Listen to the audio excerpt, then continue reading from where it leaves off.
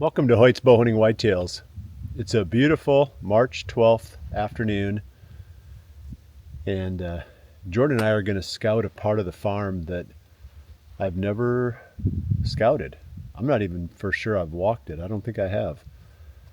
We bought this back in 2022 and just trying to learn it piece by piece. I don't like doing a lot of scouting right before the season, so if I don't have free time in the spring, I usually don't get it done. This is a spot that we've never really had a reason to hunt in the past, but that buck I was hunting last season, at least part of the time he was living in this draw. He lived in a lot of places though, unfortunately. Hopefully that changes this year and he starts to maybe zero in. You know, his range starts to hopefully get a little bit smaller. You were getting trail camera pictures of him consistently on the same cameras though, right? In the winter? In the winter. Yeah. Yeah, he did fall into a lot tighter pattern Yeah. in the winter. How much would you say generally that changes from like this time of year to the fall, the ranges? I know you've talked about it a lot. Yeah, and I don't know, I've kind of given up saying what they do because they're so different. There are, I would say, you know, general trends in behavior, but it can really come down to the individual buck and, you know, how that deer lives. And I think, you know, if I would have to say, the fall range is going to be different from the summer range almost always, but I didn't really notice in the past bucks having a different winter range to their fall range, which is kind of weird. So Yeah. I'm hoping that where he zeroed in on, that becomes his pattern for the coming year. We're trying to stay out of there as much as we can. So we just set it on fire yesterday. Well, no, we set the we set the area east of there on fire. Oh. Yeah. I thought that was where he was living. No, we're gonna try to keep that area protected. We did go in there and look for the antlers, and Carson found them. So I want to stay out of there as much as I can from now on in that area. I have another question. Yes. Would you say as they get older, their ranges tend to stay more consistent / get smaller? Or I know maybe was it G4 or G5 that had kind of a opposite trend to what The G4 buck, he zeroed right down. Okay. I mean, he went from having about a square mile range to my best of my guess as a 5-year-old to having maybe a 50-60 acre range as a 6-year-old that I knew of. Then as a 7-year-old he was down to like a 30-acre range. Okay, so would you say that's kind of common I think it's more common as they get older? Yeah. So again, it's more like a trend of behavior. Yeah. But every deer, you know, they can change that for you, and Right. as soon as you think you know what they're going to do, then that happens and they change the script. So getting back to today's mission, we're going to scout this spot, and I'm going to walk you through the process that I use when I scout a new area. So rather than standing here talking about it, let's get started. Let's get moving, and then once we get down in there a little ways, you know, I'll talk about what I'm looking for and why. But just as a general starting point, I'm a scout backwards person. I do a lot of stuff backwards. Jordan can attest to that. But scouting is one of them. I scout with a focus on the entry and exit routes first. So I'm always looking for how do you get in and out, and then I try to find stand locations that make sense adjacent or not too far away from those entry and exit routes, because that's how critical that part is. So as we go in here, the whole time I'm not even thinking so much about, oh, actually, there's a nice rub, I'm going to put a stand here. I'm more focused on, yeah, we can get in and out here. Where can we put a stand near that? So keep that in the back of your mind. We're going to jump down in here, hopefully find a couple of antlers, and start talking about how to scout this piece. Hoyt's Bowhunting Whitetails is brought to you by Redneck Blinds, Code of Silence Apparel, Hunt Stand Pro Whitetail App, Whitetail Institute, Research Equals Results, B3 Releases, XO Broadheads, Exact Sights, Muddy Outdoors Tree Stands, Stealth Cam Trail Cameras, and Hoyt.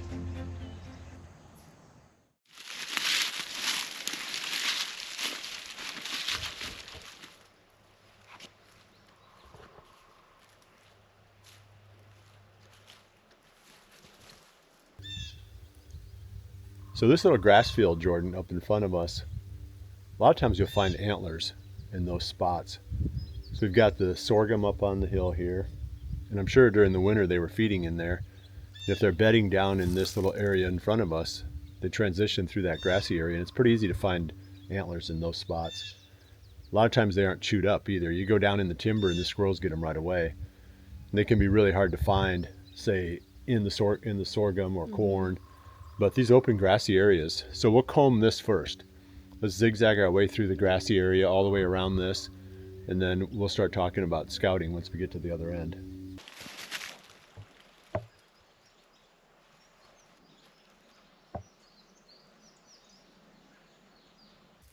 We've made it to a spot here that I think is pretty significant.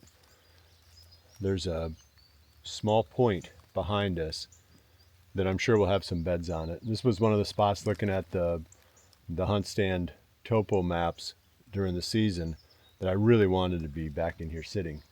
But my biggest concern was that I couldn't get in here without the deer knowing. Well, as we stand here now, I'm seeing what they see. I assumed too much, which, we played it safe and we were cautious, but probably to a fault last season, because if you look up, if I tried to come across that field on top, we're standing. I mean, you're 5 foot something, I'm 6 foot something. We're way taller than a deer. We couldn't see anything out in that field. No. So we could have come across that field and gotten in here, for afternoon hunts. As long as you didn't bump the deer once you got over the hill and into the timber, and there's a lot of brush and stuff up in there. You can't see anything. You can't even see the edge of the field. Nope. And like I said, we're taller than deer. Yeah. So we'll go up in the bedding area and just go a little bit further and just see, what that looks like. You're really not going to come in and try to hunt a bedding area normally in the afternoons, but you might hunt funnels between a couple of them. Like as we stand here, you can see where it kind of narrows down.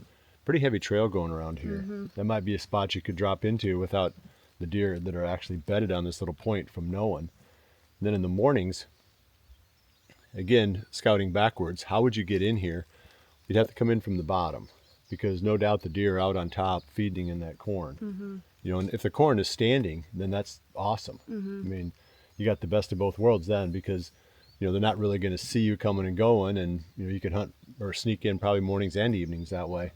But for sure, you could use the big ditch to come in the mornings, because that should be the back door, opposite direction of where they're feeding. So morning hunts, you want to be near bedding areas during the rut, coming in from the back door, the opposite direction of the food. So as we keep scouting, we'll keep that in mind, and we'll look at that ditch and we'll see if it makes sense, and what might be able to see us if we're sneaking through there. But I really do like I said, how this plays out for coming in here for an afternoon hunt, somehow coming across that top.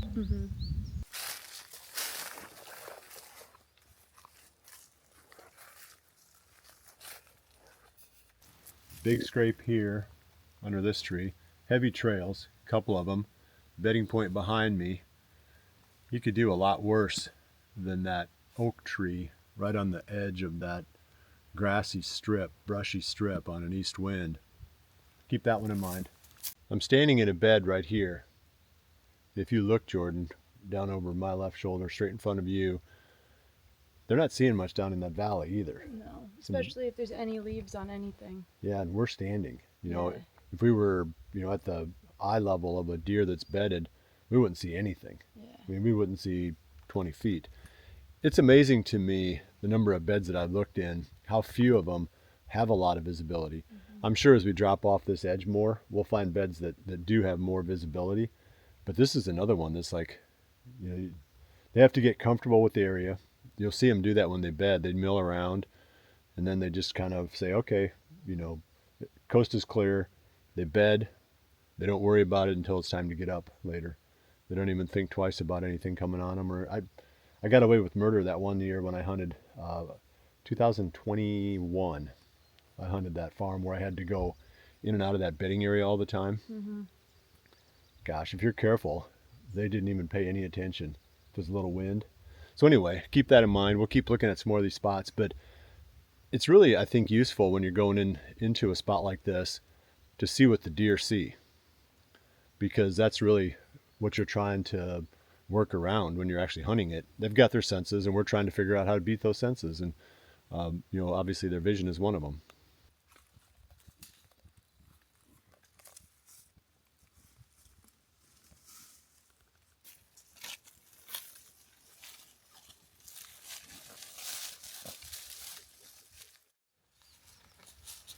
It's getting a little too close for comfort now.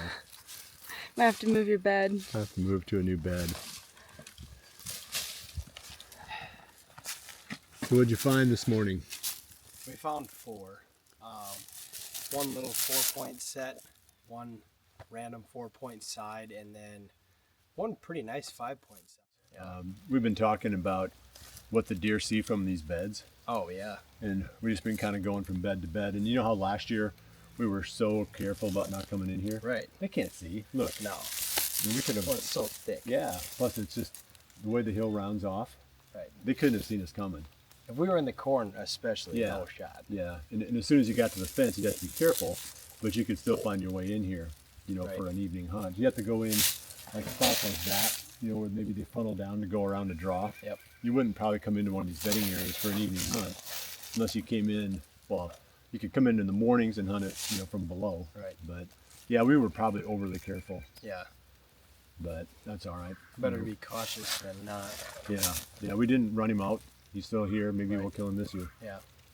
Yeah. I just thought you'd get a kick out of that fact that you're coming in here looking at it now. Well, yeah. I mean, you can barely see the CRP. Yeah. Let alone the And we're field. like Yeah. sneaking across the cornfield. The only ones that might have seen us were the ones clear across the Way valley over and the there, neighbor. That's kind of crazy, though, actually. Yeah.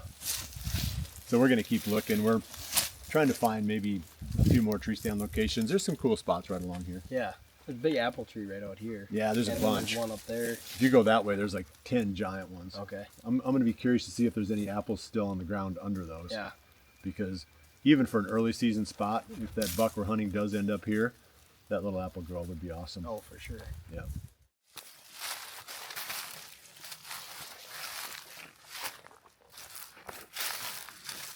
So can you see that ditch in front of us, Jordan? Mm-hmm. It's pretty obvious terrain feature. On the other side of it, you can see the other bedding point. And it may not be as defined and big as the one we just came off. Yeah. The deer still use it the same way. They're going to bed out there on that point. So bucks during the rut, they go from bedding area to bedding area. Any funnel between those spots is usually a really good, stand location for mornings or evenings. So if you were to put a stand, say on the funnel between these two bedding points, Mm-hmm. up at the top up there, Yeah, you'd probably be able to get in and out of it pretty easily. from the field. Yes. Yep. Yeah. Yep. That's why, again, the whole premise of this episode was talking about scouting backwards. That entry and exit would be bulletproof, especially if there's still corn up there. But even without corn, we've found that they can't see it from No. down here. So the trick is just getting across that grassy strip. And, if it's a little bit breezy and you hunker down, you could probably stay behind those apple trees and some of that stuff and get in there pretty easy. Well, if you're up along that edge, these deer down here bedded aren't going to see you because we see what they're seeing. They're not seeing anything up there. No. You could get away with murder. You can't even see the tree line from here. No, I mean you can't even see the end of the timber. Right. And granted, the closer to that edge they bed, the more they're going to see up there. But still, so anyway, that's the whole point of what we're doing with this type of scouting. Is we'll end up with one bulletproof stand location minimum from this scouting session, and that's pretty good payoff.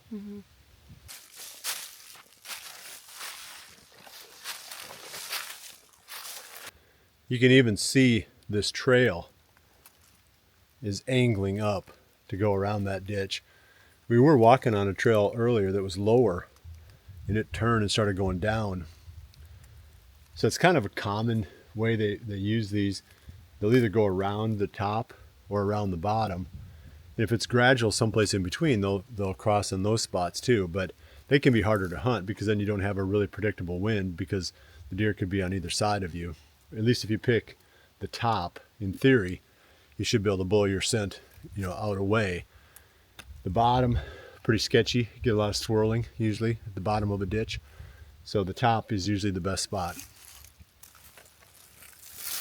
I'm sure it's hard to see it in 2D, but this is a serious ditch, especially this upper third or upper half. Further down, looks like it's getting a little bit more gradual, but up here, the deer aren't going to cross this. They're going to go around it. They're either going to drop down and maybe use something below us here or go all the way around the top. And like I mentioned, you don't like those intermediate ones because of the wind. So this is a good one. I really like this. This is one of the better spots I've seen on this farm, actually. Nice bedding area, food on top. I know there's apple trees on the edge we'll look at next, and then a really nice deep ditch to funnel the deer going around between these two bedding areas. Kind of a no-brainer. You don't find those very often, but this is definitely one that makes a lot of sense.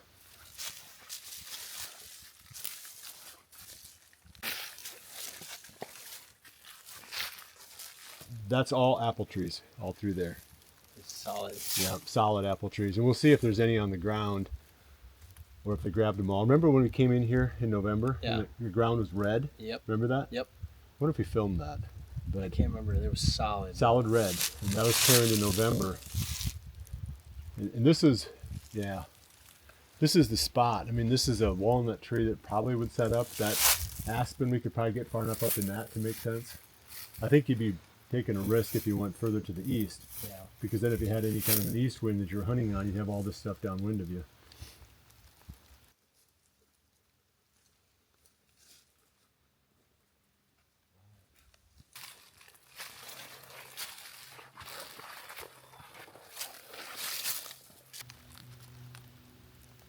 There's a really good trail right out here on the edge of this grass and brush.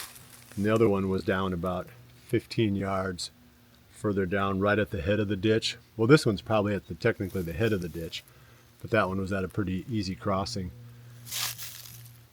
These are all apple trees. Some multiflora rose in there, but man, there's got to be, I don't know how many tons of apples fall on the ground here every year. It's like this for about maybe 100 yards, just solid, big, massive wild apple trees. We flew this a couple years ago, I think it was in April, with the drone, and you could just see all of the flowers. It was really cool, like all the different colored apple flowers along this edge.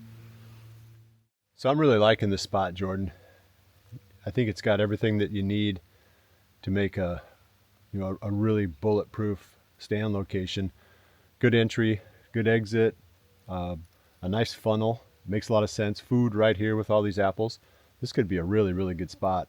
The only downside here, and this is what we're going to fight, is the wind that sets up really well for this spot is east.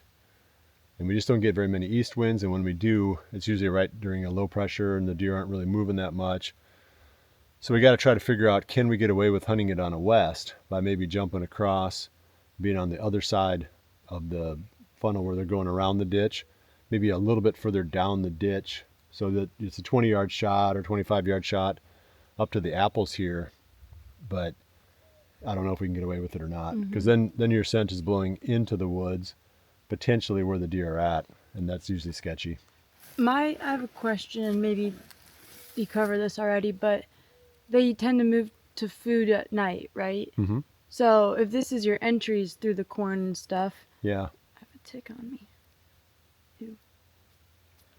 Already, March 12th, ticks. Yeah, that's early. Ew.